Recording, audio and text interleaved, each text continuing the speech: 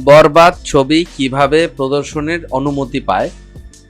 ঈদের দিন থেকে শুরু করে এখন পর্যন্ত টানা ১২০টি প্রেক্ষাগৃহে প্রদর্শিত হচ্ছে শাকিব খান অভিনীত সিনেমা বরবাদ।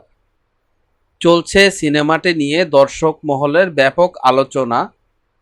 সিনেমাটির বেশ কিছু ডায়লগ হয়েছে ভাইরাল, যেমন সাকিবের মুখে বলা "এই জিল্লু মাল দেয়" ডায়লগটি রীতিমতো আলোড়ন সৃষ্টি করেছে।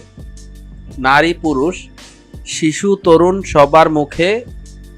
এদিকে সিনেমার সেন্সর সনদ নিয়ে চরম আপত্তি তুললেন প্রযোজক ও পরিচালক এমডি ইকবাল। তিনি সংবাদ মাধ্যমকে বলেন, "আমার কাছে মনে হয়েছে সাকিবের এই ছবি করা উচিত হয়নি। তার কাছে জাতি কি শিখল? ফেসবুকে রিলস দেখলাম, একটা মেয়ে মদের বোতল হাতে নিয়ে বলছে এই জিল্লু মাল দেয়। সমাজ তো ধ্বংস হয়ে গেল।" এ সময় ইকবাল আরও বলেন, "ধর্ষণ দৃশ্য যেভাবে দেখানো হয়েছে তা মোটেই উচিত হয়নি।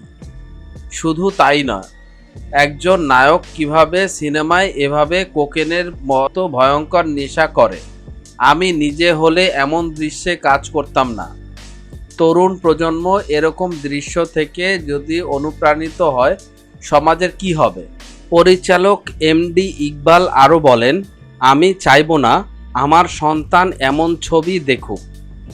সেন্সর সার্টিফিকেশন বোর্ড থেকে এ ধরনের ছবি কিভাবে প্রদর্শনের অনুমতি পায় তা নিয়ে প্রশ্ন রয়ে যায়।"